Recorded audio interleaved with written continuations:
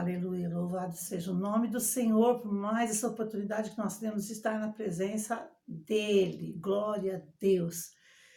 Amados, amadas do Senhor, nós nunca conseguimos surpreender Deus.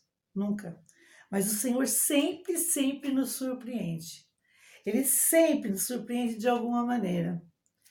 E eu gostaria muito, muito que vocês prestassem atenção nesse testemunho que o Espírito Santo de Deus pediu para que fosse falado neste momento para você, que está aí do outro lado da telinha comigo, acompanhando as coisas sobrenaturais maravilhosas que só esse Deus pode fazer. E eu quero te dizer que eu conheci um jovem homem, um homem jovem, como você preferir, né? Cada um fala de um jeito. Que ele teve um passado bem atormentado, sabe, na vida dele. Ele teve um passado que foi horrível mesmo, mas ele pagou o preço desse passado. Ele pagou o preço por ter errado. E ele procurou ajuda de Deus, ajuda dos amigos, ele queria ser ajudado. E ele foi ajudado. Ele teve a ajuda de todos. E ele queria ser ajudado, ele foi ajudado. Ele se redimiu. Ele teve uma nova vida. Deus transformou a vida dele. Deus transformou o coração dele. Deus transformou o caráter dele. Deus deu a ele uma nova chance de vida, de verdade. E ele era uma nova pessoa, uma nova... Todo mundo que olhava para ele falava assim, esse, aquele, assim, assim, lá atrás.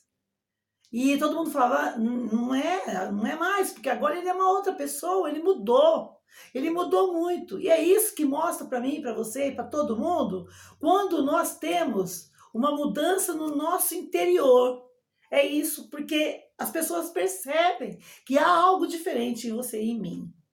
Mas eu quero focar em você, que todo mundo percebia essa mudança nele.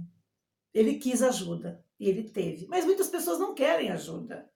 Então a parte que é de Deus fazer, Deus faz. Mas a parte que é nossa, cabe a nós fazermos. Se uma pessoa não quer ajuda, a gente tenta de todas as maneiras. Mas se ela não quer, a gente não pode fazer muita coisa. Porque nós não podemos obrigar ninguém a fazer nada. Né? Não podemos fazer isso. Se pudéssemos, né, a gente até faria. E eu acompanhei a vida desse homem durante muito tempo. No tempo, principalmente, que ele estava na pior. Tá? E quando ele se recuperou, Deus tratou com ele, ele se transformou numa nova vida, aconteceu algo na vida dele que veio mudar totalmente a história dele. Ele estava feliz, transformado, confiante, pregando a palavra de Deus para todo mundo. Ele inverteu, sabe como que é a situação? Antes ele era uma pessoa que nós precisávamos falar do amor de Deus para ele, e agora ele falava do amor de Deus para outras pessoas. Maravilhoso, não é? Só Deus para fazer uma coisa dessa, só Deus. Só que um dia aconteceu inesperado na vida dele, como pode acontecer na minha e na sua. Ele tinha pagado já o preço dos seus erros. Porque o nosso Deus é assim. Quando a gente se arrepende dos nossos pecados, ele nos perdoa. Só que as consequências dos pecados Deus não tira.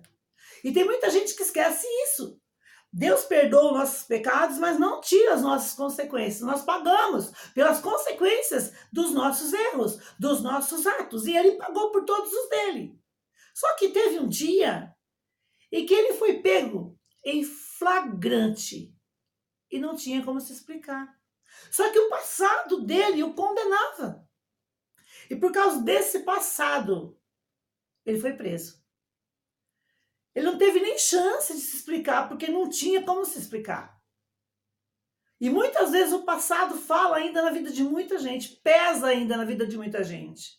Porque o passado pode ser esquecido por Deus, mas tem muitas pessoas que não esquecem o passado de uma pessoa, da outra pessoa, e vivem fazendo com que isso volte ao presente para atrapalhar a vida da pessoa. E o que aconteceu com ele não foi isso, mas o que aconteceu com ele foi bem diferente. Quando ele foi pego em flagrante, ele não estava devendo nada para ninguém. Aquilo foi porque pesava lá no passado. Quando o policial olhou para ele e viu que era ele, não teve dúvidas. Já o levou preso. Levou. Toda a família, os amigos, os que estavam ao redor sabiam que aquilo era uma extrema coincidência, porque ele não estava, naquele momento, fazendo nada errado. Ele estava inocente naquele momento, mas não tinha como provar. Como nós vimos na história de José, não é? Um fato quase semelhante. José, quando a mulher de Potifar fez tudo com ele, lá ele não tinha como provar que era mentira, porque ela armou tudo para ele. Só que nesse caso aqui não foi nada armado, aconteceu mesmo. Foi quando o inesperado acontece e você não está esperando. Ele não estava esperando por aquilo. Ele foi preso por 6 meses. A família e eu vivendo aquele caos junto, porque a família, de uma maneira ou de outra, procura ajuda. E a gente orava, jejuava juntos. A gente recebia cartas dele da prisão, enviava cartas para ele na prisão para ajudá-lo. E lá ele evangelizava os presos. Ele contava nas cartas que ele tinha certeza que Deus era com ele e que ele evangelizava lá dentro da prisão.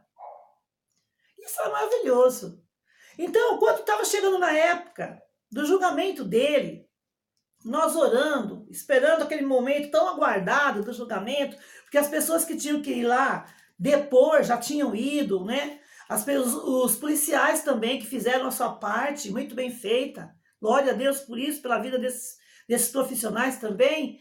Eles fizeram o que era certo naquele momento. E eles também foram depor, porque eles também tiveram participação naquele caso. E todos foram depor. E chegando o dia do julgamento, nós estávamos ansiosos, desesperados, na porta lá, esperando acontecer o final daquele julgamento.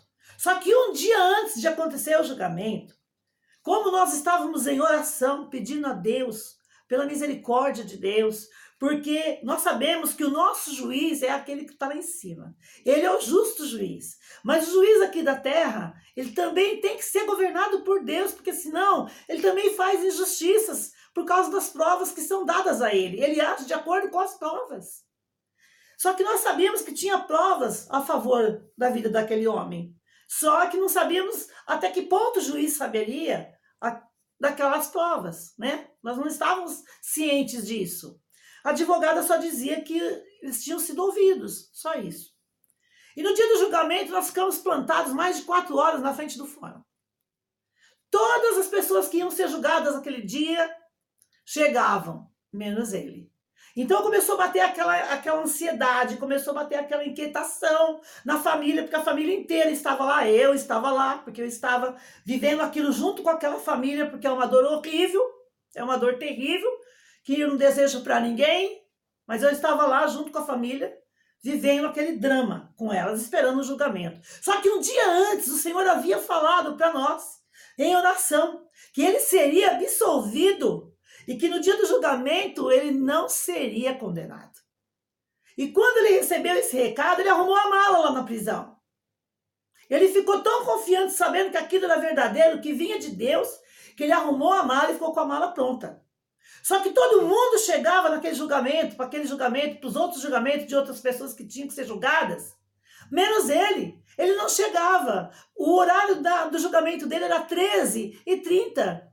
E já era quase 16 horas e ele não chegava. Eu confesso para vocês, diante de Deus, que até eu fiquei ansiosa, até eu comecei a me questionar, porque eu falava, Senhor, o Senhor falou que hoje ele seria absolvido e ele não chegou. E o julgamento já acabou, nem tem mais julgamento, já terminou, já foi todo mundo embora, o fórum vai fechar já. E nada aconteceu. Aonde ele está? O que aconteceu com ele? Então, esse era o posicionamento que nós tínhamos naquele momento. Onde ele estava? Que não estava ali naquele momento. Aí a irmã dele, não satisfeita, porque estava todo mundo querendo ir embora, não sabia mais o que fazer, porque aí o próximo julgamento seria daí 6 meses novamente. 6 meses de longa espera seria novamente. A irmã dele foi conversar com o advogado, foi procurá-la, né? E nós lá esperando, todos esperando, eu tentando acalmar a situação, mas eu também estava inquieta. Porque eu sei que Deus não mente. Se Deus falou, ele faz. Mas como? Ele não estava lá para ser julgado, ele não estava lá na audiência. E nós nem sabíamos o que tinha acontecido com ele, meu Deus. Aí ela foi conversar com a advogada. Louvado seja o nome desse Deus tremendo, santo, poderoso. Aí a advogada chamou ela para conversar, ela veio gritando, falou, gente, a advogada quer falar com a gente. E a advogada chegou e disse assim: vocês querem a boa notícia ou querem a má notícia? Irmãos, do jeito que nós estávamos naquele momento, qualquer notícia era notícia, né? Porque fazia horas que nós estávamos sem saber de nada, fazia horas que nós estávamos ali numa maior angústia. Talvez você também esteja vivendo uma situação semelhante, de outra forma, mas de uma situação semelhante, que você diz: não, agora não tem mais jeito. A família inteira dizia: não tem mais jeito. Ele não veio para o julgamento, ele perdeu o julgamento, ele perdeu a audiência. Então ele vai ter que esperar mais 6 meses agora. Só que eles esqueceram, manasturicanda la mana nurianda la baixu, e da la masturianda la namara lá, e a basturica la manaia, orici. Que o Deus que nós servimos, ele é poderoso, e ele é fiel, e ele cumpre o que ele fala. E a advogada disse: a notícia ruim é que ele não veio. Mas isso nós já sabíamos que ele não tinha vindo, porque cada carro que passava, que vinha trazendo as pessoas para o julgamento, nós estávamos ali atentas e ele não chegou. Ela foi: esqueceram ele lá na prisão. Essa é a notícia ruim. Aí nós perguntamos: então agora vai demorar mais 6 meses para ele ser julgado? Ela falou: não, agora vem a notícia boa. Eu conversei com o Senhor, excelentíssimo juiz, e ele analisou os fatos, foi provado que ele foi esquecido mesmo, sem ninguém ter permitido, foi um esquecimento natural que aconteceu, ninguém premeditou nada, mas ele foi esquecido. E o juiz, analisando todos os fatos e as provas, o juiz decretou a ordem do alvará de soltura para ele, aleluia, glória a Deus. Ele não estava lá no fórum, ele não estava presente naquela audiência, mas o juiz determinou que ele fosse solto, porque as provas favoreciam a ele. Aleluia, louvado seja o nome desse Deus. Isso merecia, sabe, muitos glórias, muitos aleluias, porque eu até conversei com um advogado depois, porque eu queria explicação para isso. Como é que podia alguém não estar presente, ter sido esquecido e ser solto sem estar ali? E ele me disse que tinha condições sim, porque às vezes é raro, mas acontece. E esse dia aconteceu com esta pessoa, porque nós estávamos em oração por essa pessoa. Então não desista, isso que o Senhor te fala. Naquele momento a gente tinha vontade, eu também tinha vontade de largar tudo e vir embora e falar: não, ele não veio, a audiência já acabou, o fórum vai fechar, não vai acontecer mais nada. Mas no último momento aconteceu. No último momento veio a decisão, a resposta decisiva que mudava a história daquele homem. E naquela mesma noite, ele estava na casa dele de volta, conforme Deus havia dito, conforme a palavra do Senhor.